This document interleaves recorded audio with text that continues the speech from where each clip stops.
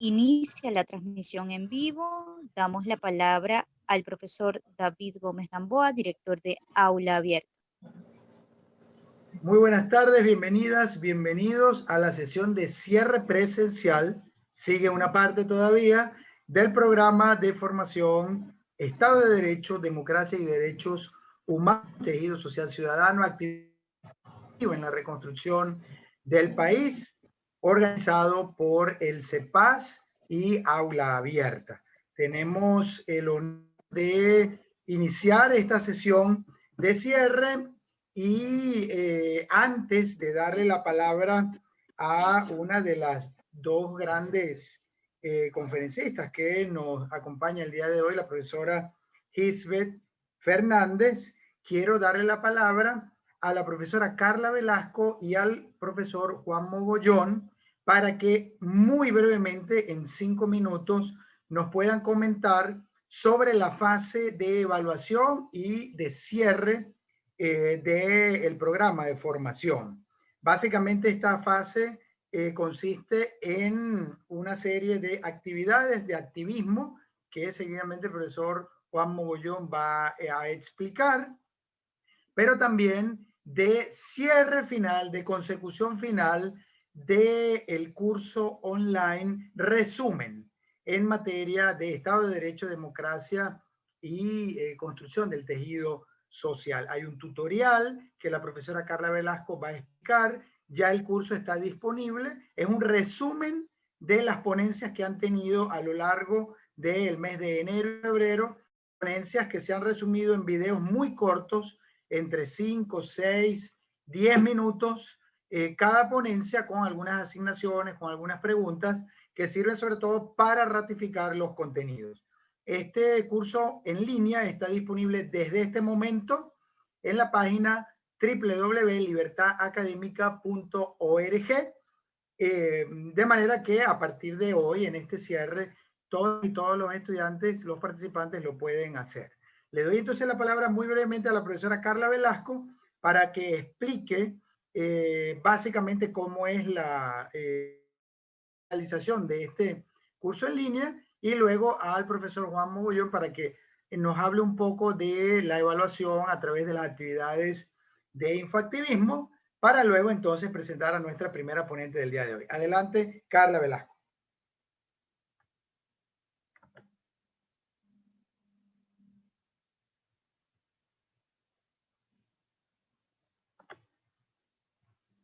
Bueno, si Carla no pudo conversar, en cualquier caso, se les va a poner un tutorial muy sencillo. Buenas. Adelante, Carla.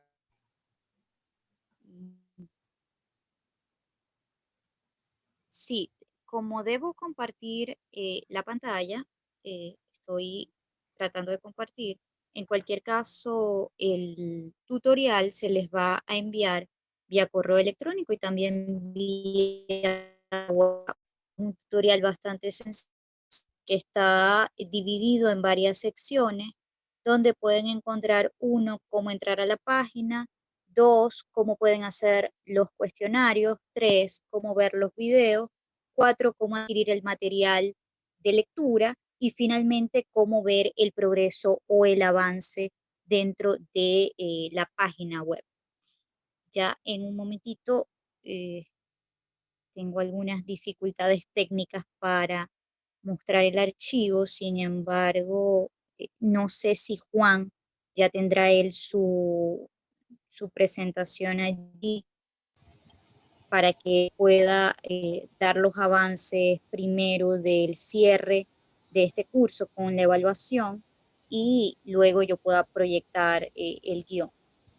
Muy bien, entonces le damos la palabra a Juan. Lo que sí les agradezco, por favor, dado el tiempo tan limitado que tenemos, es la mayor concisión. En cualquier caso, si el tutorial no se les puede mostrar en este momento, se va a compartir por el chat, por email, y la conexión al curso en línea sobre Estado de Derecho, Democracia y Derechos Humanos es básicamente a través de la página, anótenla por favor, www.libertadacademica.org.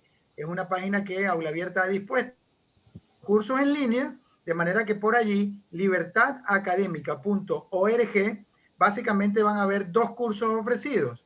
El curso en línea sobre Estado de Derecho, democracia y derechos humanos justamente es el que deben hacer todas y todos los participantes. Ahí vamos a llevar un registro de todas y todos que al lado de las actividades que enseguida el profesor Juan Mogollón va a ratificar, entonces tomaremos como parte de la evaluación. Adelante, Juan, por favor. Ok, rapidito, estamos muy full y tenemos muchísima información que vamos a recibir el día de hoy. ¿Qué vamos a hacer? Ya les comentamos que el cierre es un activismo. Un activismo no lo vean como algo muy complicado, no lo vean como algo que no puedo hacer si no tengo a 20 personas conmigo. Si tienen un grupo, pues maravilloso. Si son ustedes solamente, pues lo hacen ustedes solamente. Para eso, queríamos recordarles que tenemos disponible el espacio donde vamos a hacer esta actividad. ¿Cuál es el espacio donde vamos a hacer la actividad? A través de la página web de la Red de Activistas Ciudadanos por los Derechos Humanos. Deben estarla viendo en este momento. Esta es la página donde ustedes van a hacer el activismo. Donde ustedes van a registrar la actividad que hagan poniendo en práctica lo que han visto acá. Si no están inscritos, sabemos que buena parte de los participantes ya forman parte de la red. Si no están inscritos, se inscriben acá donde dice soy nuevo. Si ya están inscritos, ponen su usuario o su correo electrónico, su contraseña y acceden. Allí les va a salir para hacer activismos nuevos. Allí hacen la actividad. Si tienen problemas para subir los activismos, me van a escribir a mí, a mi correo, activismosredac@gmail.com o mi teléfono, que se lo puse la semana pasada, ahorita se lo repetiré, para apoyarlo. ¿Qué tipo de activismos hay? Pueden ser opiniones ciudadanas, pueden ser comunicados, pueden ser formaciones, cineforos, todo lo que nosotros podamos hacer basado en el tema de derechos humanos, sociedad y democracia son activismos. Yo quise mostrarles la página y quise mostrarles otros activismos que hemos hecho con participantes de la red, los defensores de la Alianza Todos por la Educación de Mérida, que también han publicado con nosotros, el panorama del derecho a la educación en la Universidad Venezolana, que es un activismo que hizo uno de los participantes, activismos que se han hecho desde Perú, activismos que se han hecho desde Barinas. Este tipo de actividades como la de Barinas son actividades solidarias. Es una persona que hizo alimentación para comunidades vulnerables. Todo esto que ustedes pueden hacer es activismo. Sea un video, sea un pancartazo, sea una opinión ciudadana, sea una reseña de la situación de violación de derechos humanos que ustedes sufren. Todo es activismo. Importante, repetimos, inscríbanse en la página quienes no se hayan inscrito, accedan, entren, suban su activismo. Si no pueden subirlo, ustedes me avisan o avisan a cualquiera del equipo. Nosotros los vamos a apoyar para hacerlo. Pero lo importante es que la actividad que ustedes hagan la documenten. Si van a hacer un pancartazo, tomen la foto, háganle una pequeña reseña. Si van a hacer una actividad relacionada con una opinión, pues en su opinión, por supuesto, respetando todos aquellos valores democráticos y de no violencia, y la subimos. Pero lo importante es que esta actividad que ustedes hagan acá va a ser su, digamos, trabajo de grado para nuestra formación. Cuando ustedes publican aquí, ya ustedes están listos para recibir su certificado por esta grandiosa oportunidad que hemos tenido. Entonces, todos tienen la posibilidad, todos tienen la capacidad. No se vayan a quedar por fuera porque no entiendan algo. Cualquier cosa, de verdad, pregúntenme, que yo estoy siempre atento. Ya algunas personas me han preguntado, yo les he indicado más o menos. Ya algunas personas, tenemos muchísimos de ustedes que se han ido inscribiendo. Los que falten, háganlo. Y estamos atentos a cualquier duda. De todas maneras, yo le voy a pasar ahorita una pequeña hojita al grupo de WhatsApp donde ustedes van a ver un poco más de información. Carla, puedes seguir.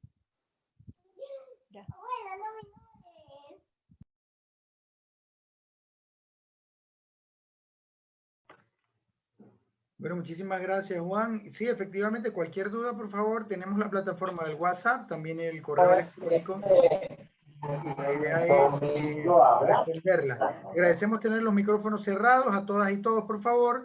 No sé si Carla puede finalmente mostrar el tutorial por las plataformas. Carla, ¿estás presente? Bueno, si no, adelante, Carla.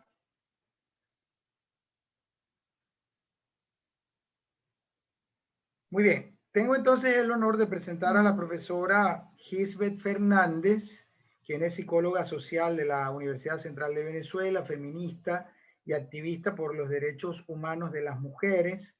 Es profesora universitaria y actualmente además es miembro del equipo de investigación del proyecto que desde Aula Abierta se lleva a otras organizaciones en materia de la promoción del liderazgo dentro de las universidades. La profesora Gisbeth va a hacer una presentación sobre fundamentalmente el tema de la resiliencia, introduciendo justamente al punto de la construcción de los tejidos sociales, que es la segunda parte de esta ponencia a cargo de Elía, pero en su rol de psicólogo social nos va a dar una serie de técnicas, recomendaciones en el marco del desarrollo de este tercer módulo de formación de este programa. Gracias, profesora Gisbeth Fernández. Cordial bienvenida y bueno, la palabra es suya. Adelante. Hola David, buenas tardes y gracias por la presentación. Feliz de estar con este grupo y es un honor para mí estar en esta actividad tan importante en la formación de los defensores y defensoras de derechos humanos en nuestro país, que se necesita tanto. Quisiera que me dieran la posibilidad de compartir pantalla para comenzar con la presentación. No sé quién me va a dar esa posibilidad para yo compartir pantalla. ¿Quién me va a dar quién es el host que me va a dar la posibilidad? Porque dice que está inhabilitada la fusión. ¿Alguien me da la posibilidad, por favor? Adelante, ya puede hacerlo. Ah, pero dice que está inhabilitado todavía. No, no me da. Ah, ok. No me la Profesora, da. ya usted es anfitrión. Ok. Ya va. Brando. Que no sé qué me pasó, que se me perdió la varilla. Se me perdió la presentación. Ya la tengo, ya va.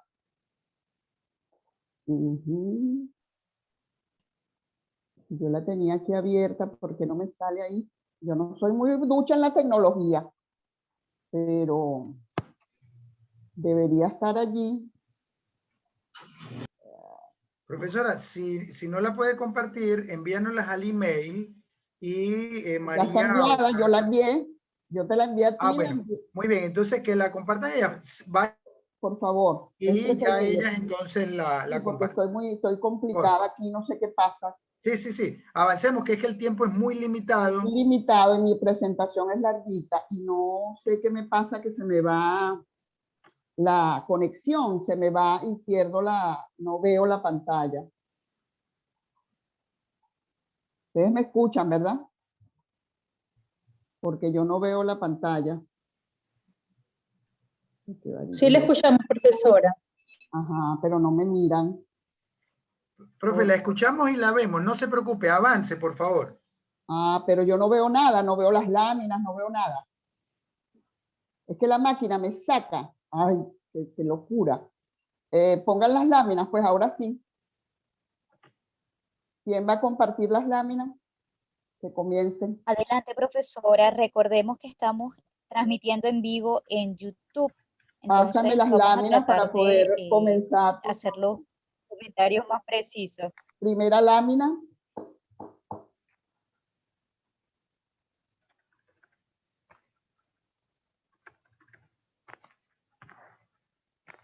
Estoy esperando por la presentación.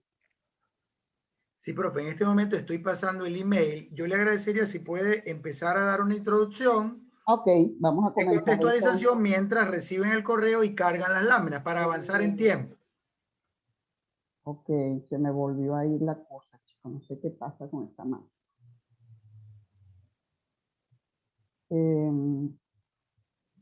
Bueno, el tema de nosotros es la resiliencia. Yo les voy a hablar de la resiliencia desde dos perspectivas. Con la resiliencia se han hecho muchas elucubraciones con respecto a esa capacidad que podemos tener los seres humanos, y por eso quise tener como dos perspectivas fundamentales de cómo enfocar la resiliencia, ¿no? Una desde el punto de vista individual y la otra desde el punto de vista social, ¿no? La resiliencia se ha definido siempre desde el análisis de lo que significa el pensamiento pesimista, ¿no? Muy característico de las sociedades dependientes, colonizadas, mal llamadas subdesarrolladas, como nuestros pueblos, en Venezuela y toda Latinoamérica, África también y parte de Asia. Son sociedades en donde las poblaciones tienen unas características de pesimismo en el sentido de atribuirle la adversidad a razones fuera de sí mismo y que no son controlables, ¿no? Eso caracteriza a las personas entonces que se convierte en ciudadanos y ciudadanas con mucha desesperanza en un futuro mejor. Lo contrario al pensamiento optimista, o definido como optimista y pesimista, ¿verdad? Como su contrario, el pensamiento optimista es aquellas sociedades caracterizadas, las sociedades desarrolladas, mal llamadas desarrolladas, que son las sociedades que colonizan a otras, los países desarrollados e industrializados, que tienen una mentalidad en donde los sucesos no se les atribuyen solo a entes externos, sino que también hay un convencimiento de una participación individual en el tema de las decisiones que se toman. Eso hace que las personas vivan naturalmente con más posibilidad de recuperarse ante la adversidad y de tener esperanzas para un futuro mejor. Hay una confianza tanto en sí mismos, en sí misma, como en el entorno social, y por eso se le llaman personas optimistas y personas pesimistas, aquellas que ni confían en sí mismas ni confían en su entorno social. Desde esta perspectiva, entendiendo estos dos tipos de pensamiento como dicotómicos, surge desde los años 70, tal vez antes, con algunos planteamientos aislados, la concepción de manejar el término resiliencia para caracterizar unas capacidades humanas que tienen que ver con la posibilidad de recuperarse con facilidad ante hechos adversos, inclusive devastadores para muchas personas. Esa capacidad y esa palabra viene, como todos saben, del campo de la física, tiene que ver con la capacidad que tienen algunos materiales de volver a su posición inicial luego de recibir una fuerza que lo hace perder su forma, pero tiene la capacidad de regresar a su forma original. Pasa la segunda lámina, por favor, porque esta, y si la pones más grande es mejor, porque están un poquito pequeñas, ¿no? Este era un video que no lo vamos a ver naturalmente porque ya no da tiempo, un video muy lindo, está en todas las redes, el video de la niña patinadora sobre hielo que se cae al arrancar la carrera, y sin embargo ella se cae, pero ella se para y sigue la carrera a pesar de que quedó naturalmente totalmente rezagada, pero esa capacidad y esa posibilidad de volverse a parar y seguir le dio la posibilidad a esta niña, que se fajó como las buenas, de ganar la carrera. Ella fue pasando a las otras competidoras hasta que gana la carrera, y es un ejemplo que hay en las redes muy interesante, muy lindo, sobre la resiliencia desde el punto de vista de las capacidades individuales de cada persona para recuperarse de situaciones adversas y no perder, ¿verdad?, ante una caída, sino seguir y poder inclusive ganar. Pasamos la otra, por favor. Están muy pequeñas esas láminas, si podrían abrirlas, se los agradecería porque de verdad son enanas, no las veo para nada. Esta lámina se trataba del planteamiento del pensamiento pesimista y el pensamiento optimista. Podemos pasarla porque ya de esto conversé. Pasamos la otra, por favor. Si puedes abrir las láminas más grandes, por favor, la persona que las está pasando, porque yo no leo nada y no puedo leer ese tamaño de verdad. Me es imposible. No sé si podrán hacerlo, ¿no? O no pueden. Estamos perdiendo, ok, más o menos, pero es que ¿por qué no sale completa la lámina? No entiendo. Bueno, esta lámina Profesora, es el tamaño estándar de la presentación. Bueno, primera vez que me pasa que se me ven enanas las presentaciones, pero bueno, está bien. ¿Será así? Pasa la otra lámina entonces, por favor, porque esa ya conversamos de esa, del origen del concepto que viene de la física. Esta leyenda sobre la naturaleza me hubiera gustado leerla bien, pero bueno, voy a tratar de leerla aquí en mi teléfono. Vamos a comenzar un poco una reflexión sobre la resiliencia y la naturaleza, ¿no? Es interesante hacer esta reflexión porque por lo general los seres humanos tenemos una concepción equivocada de que la naturaleza está allí como frente a nosotros y no nos ubicamos como parte integrante de esa naturaleza, ¿no? Y en la naturaleza hay unos procesos de resiliencia en algunos seres vivos de la naturaleza, como son las plantas y los árboles, ¿no? Ellos mantienen su vida a través de la fotosíntesis, como todos sabemos, utilizando la energía del sol para fabricar la clorofila, pigmento que les da el color verde y con el que fabrican sus alimentos para poder realizar todas sus funciones vitales. En otoño hay menos luz solar, los días de luz son mucho más cortos y los días de luz son mucho más cortos y la oscuridad se extiende en horas muy largas, ¿no? Son días de mucha oscuridad y los árboles de manera natural saben, entre comillas, que se deben preparar para el invierno. Eso lo tienen programado en sus genes, ¿ok? En su genética, en el ADN de la planta. Se detiene la producción de clorofila, ya los árboles no van naturalmente no van a producir la clorofila como la producen en primavera, en verano y en parte del inicio del otoño. Luego se da la caída de las hojas porque no las necesitan. Las sustancias nutrientes se almacenan en las raíces junto a una sustancia anticongelante, que permite que las raíces no se congelen y ahí se acumulan los alimentos y por eso los árboles quedan completamente secos.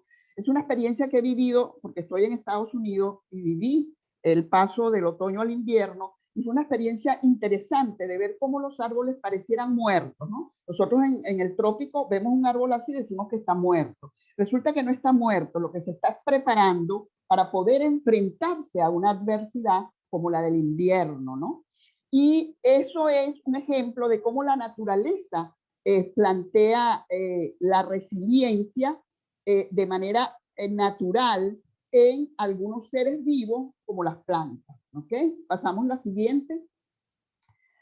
Los seres humanos nos diferenciamos de las plantas, aunque somos seres vivos, porque nosotros tenemos un ADN, tenemos unas programaciones genéticas, pero hechos como la resiliencia son hechos en donde por nuestra configuración de no ser entes absolutamente biológicos, sino ser unidades biopsicosociales, tenemos una combinación también para poder desarrollar asuntos como la resiliencia en este caso. Se define entonces la resiliencia desde un actor que se llama Cyrulnik, en 2004 la define diciendo que la resiliencia de un niño o una niña se construye en la relación con la o el otro mediante una labor de punto, en donde se teje un vínculo, se teje la resiliencia. La resiliencia entonces se construye en las relaciones humanas con los otros y con las otras. La resiliencia entonces no resulta de la suma de factores internos y externos, no es una suma simple de las características personales, individuales y de las características ambientales o de las relaciones humanas que haya tenido ese niño o esa niña. sino que es una interacción permanente que va tejiendo el destino de esa vida. Es una relación dialéctica de características propias de la persona, en este caso del niño o la niña, y de los eventos sociales que se dan en cualquier ser humano en el proceso de maduración y de aprendizaje. Fíjense cómo la resiliencia, cuando estamos hablando de seres humanos, adquiere una complejidad que tiene que ver con el hecho de que somos unidades biopsicosociales. Pasamos a la otra. Hay otras definiciones de resiliencia, hay muchas, yo tenía muchas más en la presentación porque creí que tenía más tiempo, pero esas las vamos a pasar de largo, ¿no? Hay muchos autores han definido la resiliencia, pero sin embargo, a pesar de que hay muchos autores que nos hablan de que la resiliencia es un resorte moral, una cualidad de las personas que no se desaniman y que no se dejan abatir. Otros nos dicen que es una habilidad para surgir de la adversidad, adaptarse a ella, recuperarse y acceder a una vida significativa y productiva. Que la resiliencia habla de una combinación de factores que permiten a un niño o a un ser humano en general afrontar y superar los problemas y las adversidades de la vida, ¿no? Sin embargo, a pesar de todas las corrientes sobre el término de la resiliencia como una capacidad y una habilidad humana, hay voces disidentes con respecto a la utilización de este término para los seres humanos. Pasamos la otra, por favor. Esas voces disidentes nos hablan de una crítica que va dirigida hacia el uso del término de la resiliencia usado intencionalmente por organismos financieros internacionales y de recursos humanos con el fin de promover programas de resiliencia y a profesionales universitarios que asuman el enfoque de la resiliencia, en particular la psicología positiva, que ha sido muy promovida sin que se plantee ninguna crítica o ningún enfoque con un pensamiento crítico riguroso, ¿no? Entonces, Brad Evans y Julian Rey son esas voces disidentes desde el 2014 al 2016 han hecho unos planteamientos muy interesantes de cómo se ha utilizado la resiliencia para adjudicársela a características personalísimas y no para mejorar la vida de los pueblos oprimidos, de las sociedades que han estado saqueadas por otros pueblos y que viven en el filo, ¿verdad?, del peligro. Pasamos la otra, por favor.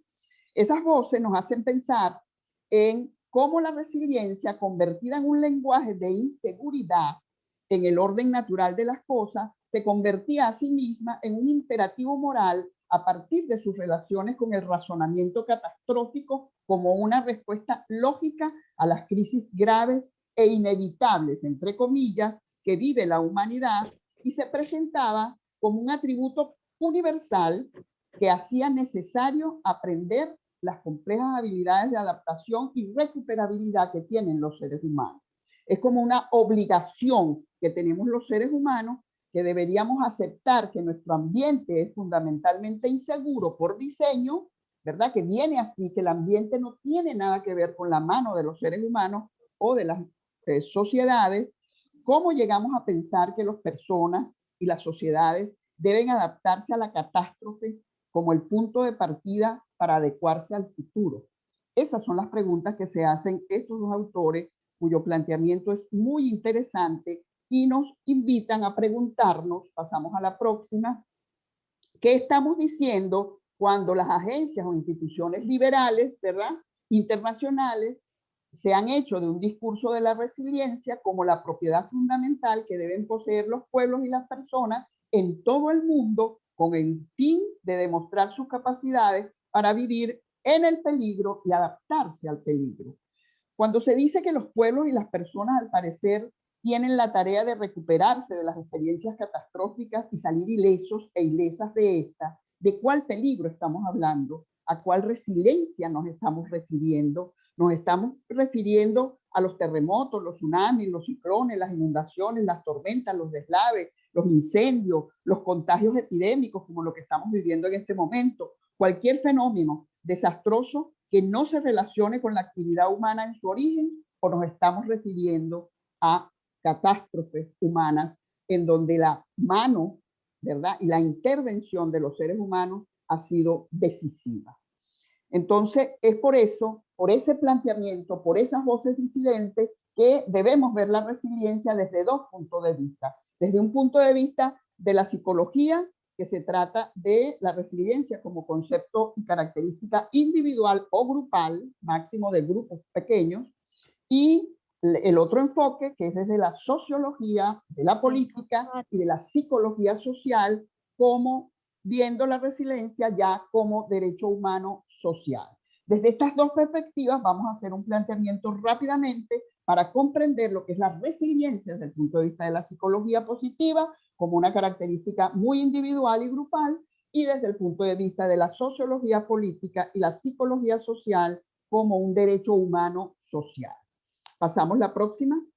Cuando nos referimos a la resiliencia desde el punto de vista individual, estamos hablando de una tendencia desde la psicología positiva, ¿verdad?, a tener una capacidad para resistir, una capacidad personal o grupal, la familia, un pueblo, una comunidad, una capacidad para resistir, tolerar la presión, los obstáculos, y pese a esa circunstancia, hacer las cosas correctamente y bien hechas.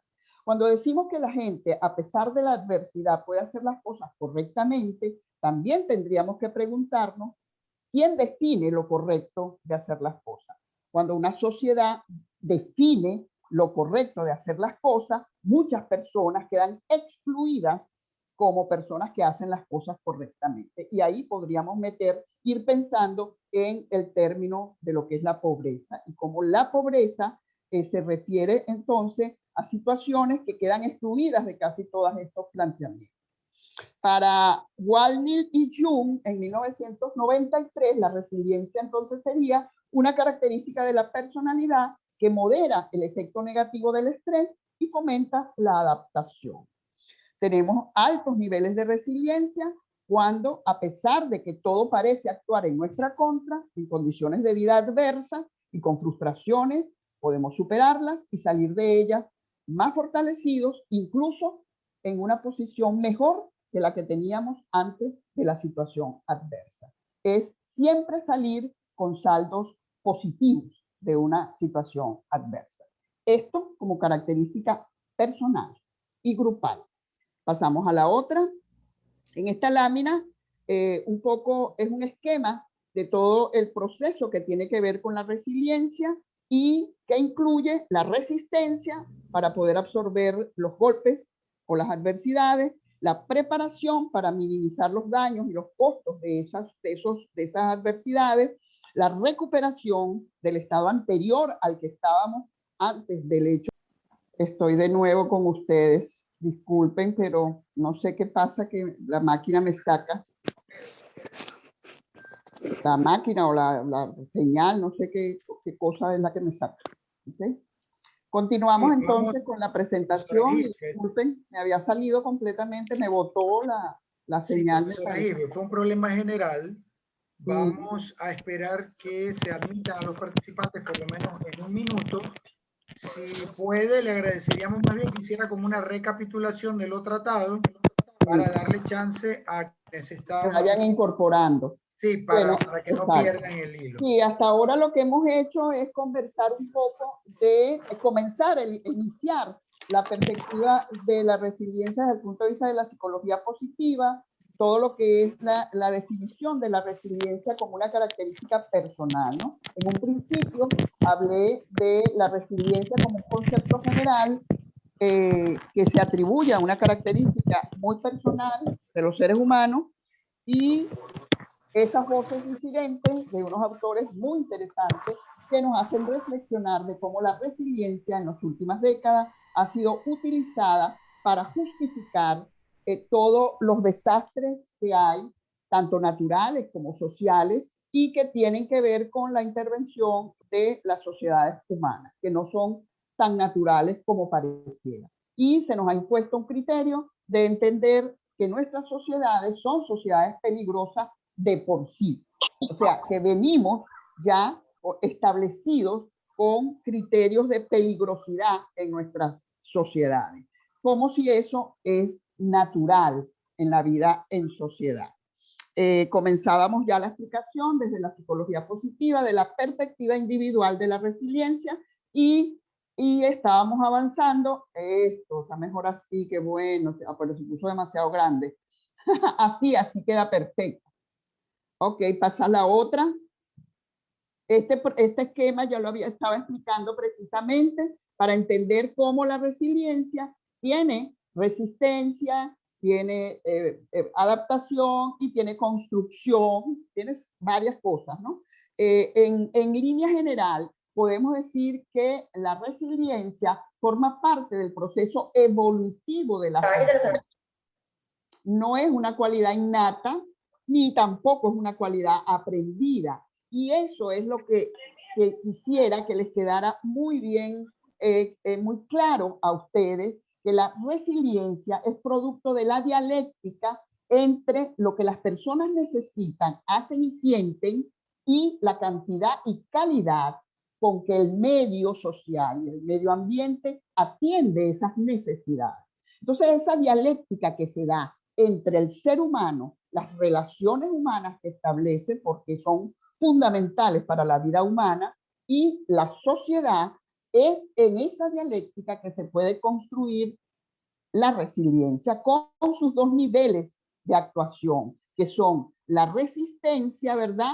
Y la construcción. La resistencia, que es la capacidad de permanecer en integridad frente al golpe o la adversidad en la que nos encontremos en la vida, y la construcción, que tiene que ver con la capacidad de realizarnos positivamente a pesar de las dificultades. Los seres humanos tenemos esa capacidad y la podemos desarrollar. No nace con nosotros, pero se hace con nosotros. No es totalmente aprendida, no es totalmente innata, pero es producto de esa relación dialéctica en nuestro crecimiento, en la maduración y el aprendizaje de todos los seres humanos. Pasamos a la otra, por favor.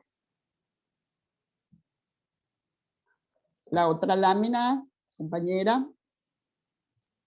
Ok, hablamos ahora de las dimensiones. ¿Qué pasó? Las dimensiones que tiene la resiliencia, no, es la anterior a esa, disculpa. Vamos a hablar de las dimensiones, y cuando hablamos de los seres humanos como unidades biopsicosociales, podemos entender entonces que todos los términos que queramos aplicarle a los seres humanos van a tener esas dimensiones. Pero curiosamente llama la atención, recordando un poco las voces disidentes de las que yo les hablaba, que en estas dimensiones de la resiliencia no aparece el factor social, ¿no? Hablan de la dimensión física, que tiene que ver con toda la flexibilidad física y la resistencia y fortaleza física que podamos tener. Hablan de la dimensión emocional, que tiene que ver con toda la resistencia emocional, ¿verdad? Y espiritual que podamos tener. Hablan de la dimensión espiritual, que tiene que ver con la flexibilidad espiritual, compromiso con valores, tolerancia sobre los valores y creencias de otras personas, y la dimensión mental o de pensamiento, que tiene que ver con la flexibilidad mental, la capacidad de atención, la habilidad de enfocarnos y de incorporarnos en los puntos de vista de otras personas. Entonces, estas serían las dimensiones de la resiliencia desde el punto de vista de la psicología positiva y desde el punto de vista de la resiliencia como cualidad personal. Pasamos a la otra, por favor.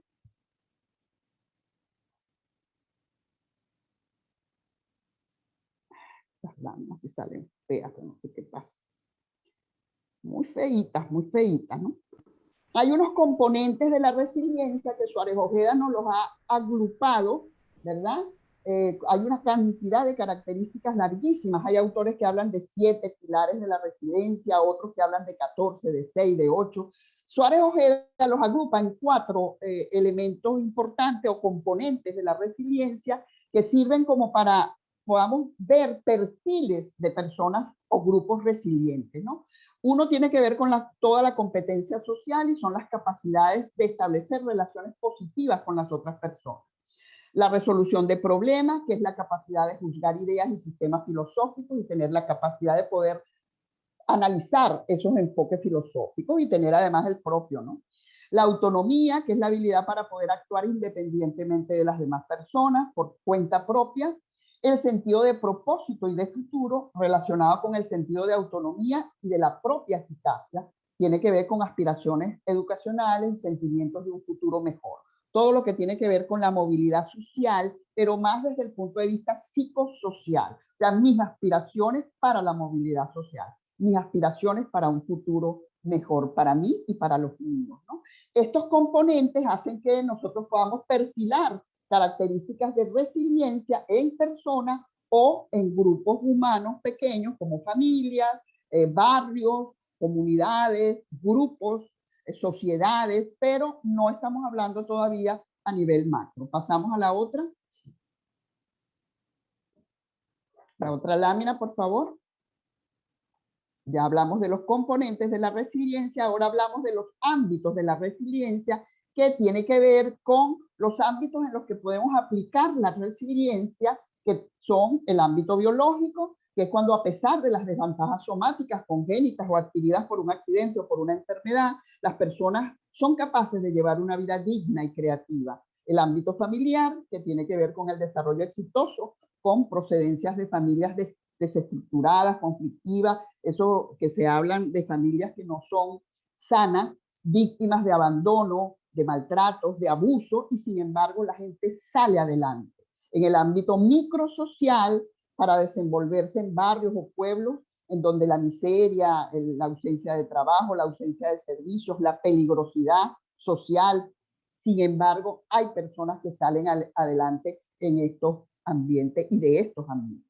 Y el ámbito macrosocial, que tiene que ver ya con la supervivencia de la especie, no solo física, ¿verdad?, a situaciones de catástrofes naturales o de guerras, terrorismo, migraciones, deportaciones, como la estamos viviendo ahorita. Y este ámbito macrosocial nos hace entrar inmediatamente en la otra dimensión o perspectiva de la resiliencia, que es la perspectiva social de la resiliencia como derecho humano. Pasamos a la otra, por favor.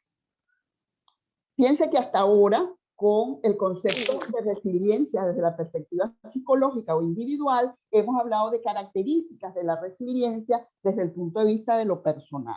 Ahorita vamos a hablar ahora entonces desde lo social y de la resiliencia ya como un derecho humano de toda la sociedad humana y de la naturaleza incluida, porque los seres humanos estamos incluidos dentro de la naturaleza. Hay otra tendencia para impulsar acciones que no solo defienden al ser humano como tal frente a la sociedad, sino que defienden la relación sociedad-naturaleza como derecho, ¿verdad?, de protección universal. Derecho que permite la construcción como especie de una relación con el entorno de forma saludable y respetuosa, como una necesidad sentida para la propia supervivencia de la especie humana, comprendiendo que la especie humana es parte constitutiva de la naturaleza en su forma superior de expresión del desarrollo de la materia. Como todos sabemos, los seres humanos tenemos la corteza cerebral, que es la expresión máxima del desarrollo de la materia viva en nuestro planeta Tierra. Las leyes de la naturaleza deben ser la partitura del concierto de la vida humana, o pereceremos naturalmente como parte de la naturaleza que somos. Existieron unas condiciones irrefutables para que se diera la vida tal como la conocemos, la vida humana, ¿no? Surgiera en esas condiciones. Y esas condiciones deben ser preservadas, incluso cambiando las relaciones sociales que hasta el momento no respetan esas condiciones o esas leyes de la naturaleza y están haciendo que la naturaleza naturalmente pueda perecer. Y con ella moriríamos nosotros también, porque somos parte constitutiva de la naturaleza. Pasamos a la siguiente.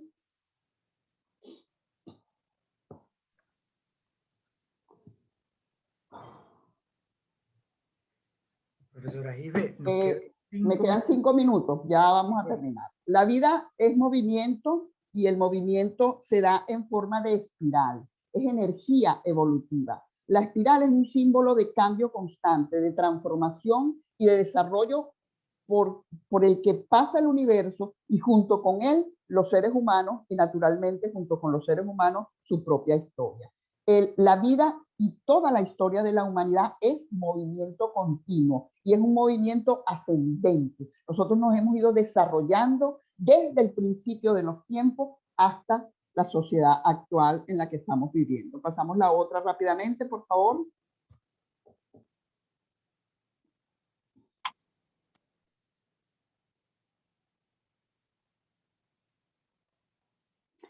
Desde la temporalidad, ustedes lo han estudiado ya como estudiantes de cursos de derechos humanos y como activistas de derechos humanos, encontramos generaciones de derechos humanos. Fíjense que yo los coloqué en una espiral un poco para entender lo que significa la ascendencia en el desarrollo histórico, ¿verdad? Y evolutivo de los seres humanos.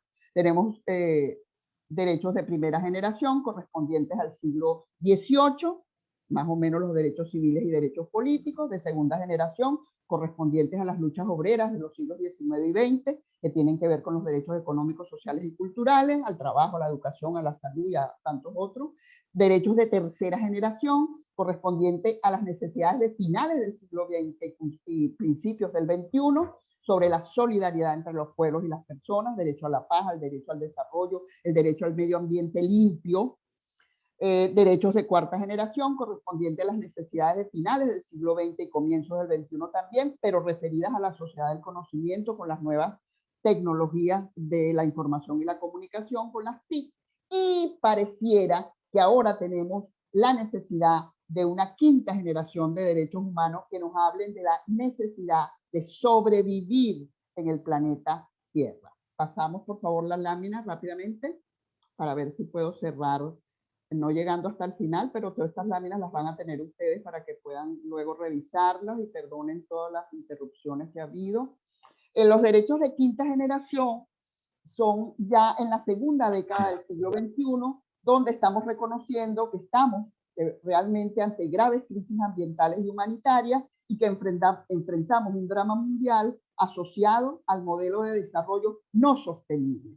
Desastres en todas las escalas, con niveles de exposición y de fragilidad en las poblaciones, en los ecosistemas, en la infraestructura, en las economías. Y todo esto ha sido progresivamente acumulado durante las décadas anteriores. Entonces, obviamente, estamos ante la necesidad de los derechos de una quinta generación que tienen que ver con la resiliencia como derecho humano. Esto lo plantea un ingeniero civil, especialista en resiliencia, que se llama Henry Peralta Buritica.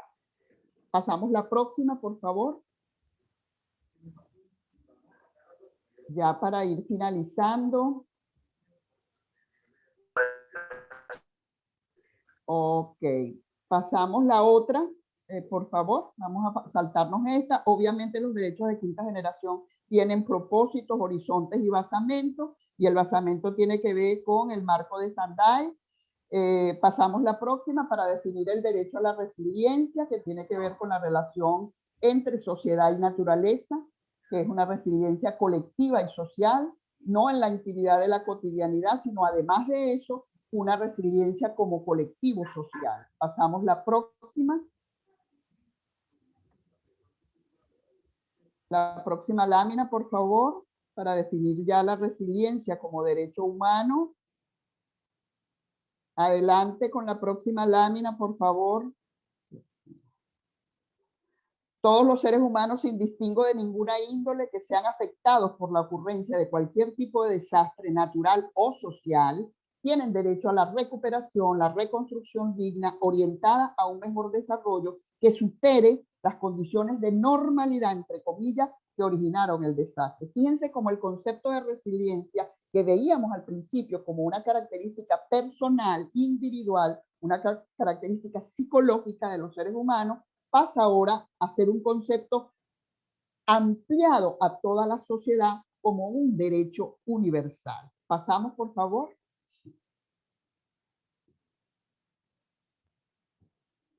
Los defensores de derechos humanos, que tienen entre sus obligaciones o sus responsabilidades informar, promover, enfrentar, elevar conciencia, activar con respecto a los derechos humanos, estimulan la resiliencia de la ciudadanía y de toda la sociedad.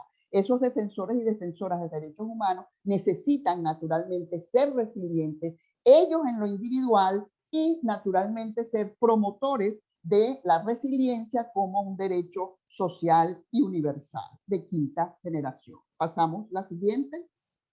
Hay unas características de los defensores y defensoras de derechos humanos que no las voy a desarrollar todas, pero se las voy a nombrar, están en las láminas y ustedes las van a poder leer, que tiene que ver con la capacidad que tengan esos defensores y defensoras de la construcción de la realidad de una manera integral, con las características objetivas que tiene la realidad, que no dependen de nuestra voluntad, y con las características subjetivas, las cuales sí dependen de nuestra voluntad y pueden ser modificadas.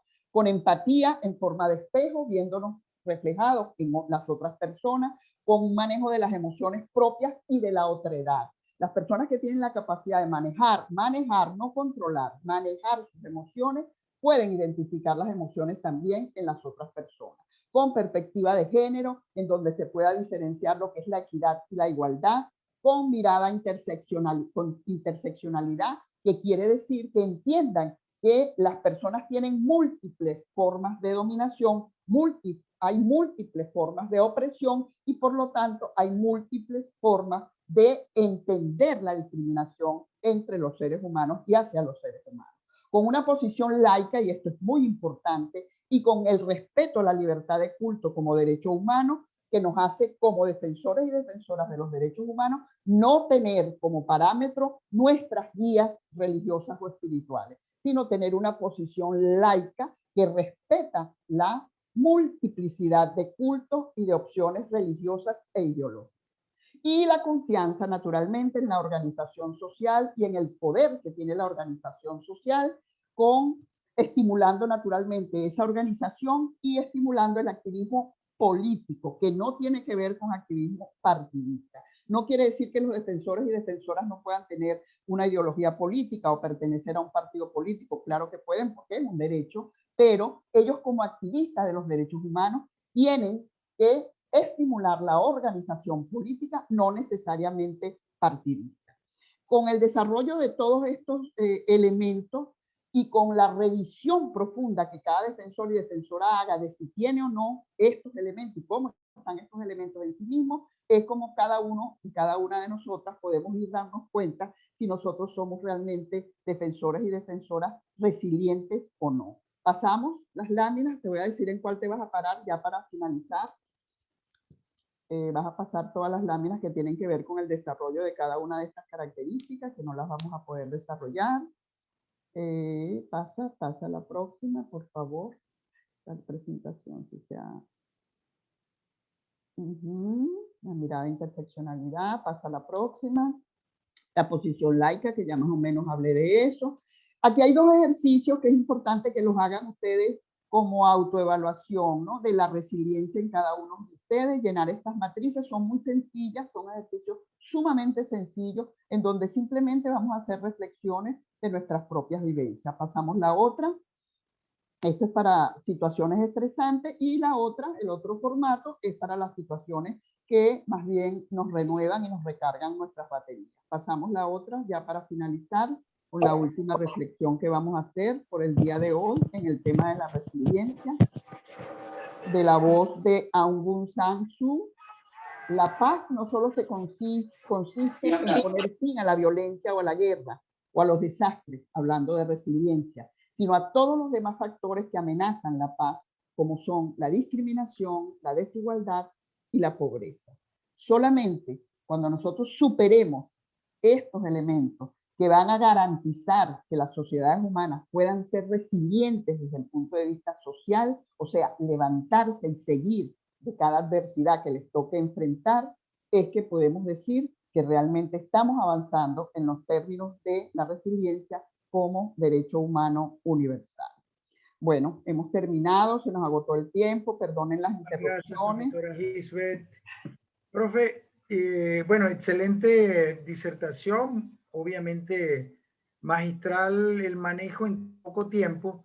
Y yo, de alguna manera, quisiera resumir parte de las intervenciones preguntándole en concreto a usted como psicólogo social, psicóloga social. Ajá, muy buena la ¿Qué podemos hacer los venezolanos, las venezolanas, en medio de una situación de depresión, de frustración, de desánimo, para ser resilientes. De alguna manera hay varias preguntas que por ahí relacionadas con eso. Esa inquietud. Debemos ser muy concretos porque ya nuestro siguiente ponente está ahí y hay que avanzar, pero sí me gustaría que como psicóloga nos comentara yo en mi ser individualmente y luego, bueno, socialmente, pero primero tengo que arreglarme por dentro, ¿no? Claro, claro.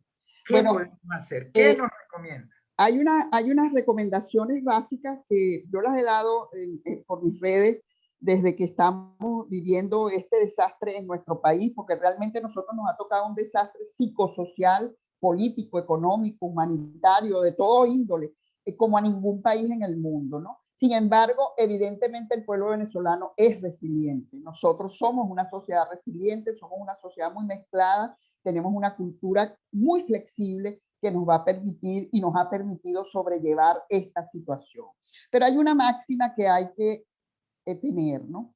Para poder superar cualquier situación personal o social, nosotros tenemos que activarnos con otras personas.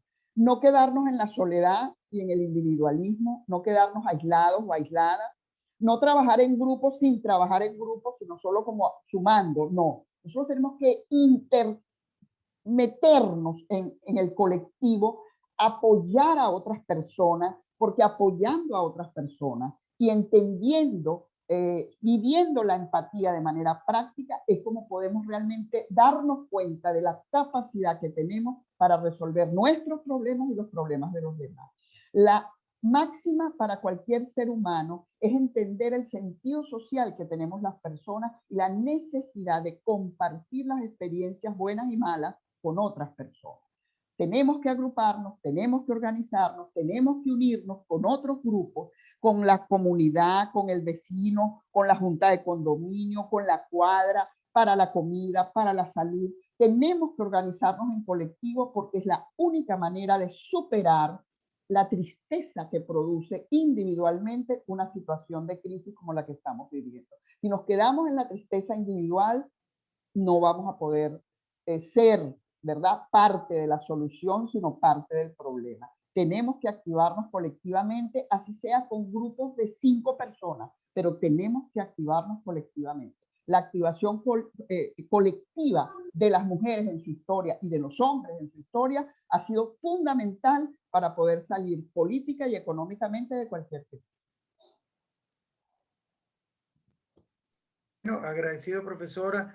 En concreto, ¿cómo los distintos defensores y defensoras desde sus casas, desde sus comunidades, desde sus ciudades y desde sus estados, profesora Gisbert, pueden entonces trabajar para ser resilientes? Yo creo que la clave de la construcción del tejido asociativo, del tejido social, es una buena sugerencia.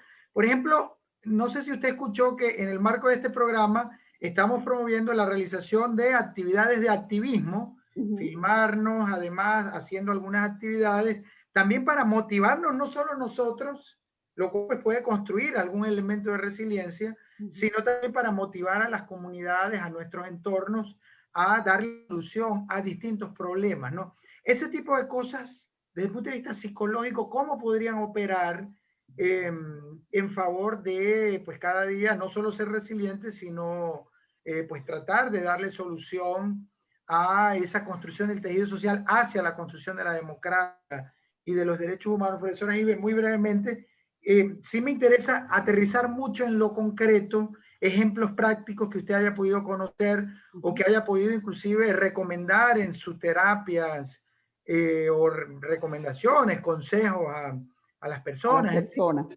Sí, sí. Bueno, mira, desde el punto de vista individual, la reflexión naturalmente, la autorreflexión y la revisión de mi capacidad que puedo tener yo como persona para superar la adversidad y entender que la adversidad nunca es responsabilidad absoluta mía o del entorno, sino que es una combinación de factores objetivos y factores subjetivos. Eso desde el punto de vista individual. Pero yo insisto, como psicóloga social, y como psicóloga en general y como activista de los derechos humanos, que el trabajo colectivo realmente es la evidencia de que las personas pueden salir de cualquier situación.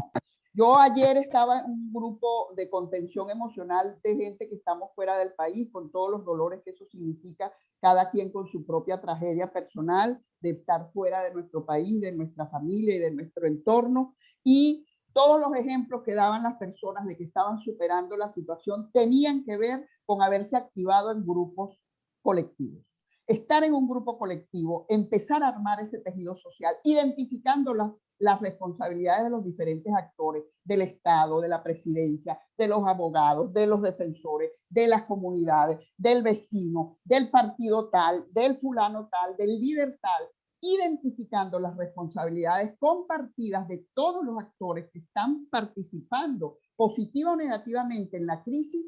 Es una tarea que podemos hacerla como defensores de los derechos humanos en cualquier colectivo humano y que ayuda a elevar la conciencia para realmente empezar a sentir que sí podemos resolver el problema y que este problema tiene solución, porque no hay problema humano que no tenga solución. Y eso es resiliencia. Bueno, muchísimas gracias, profesora Jive Fernández.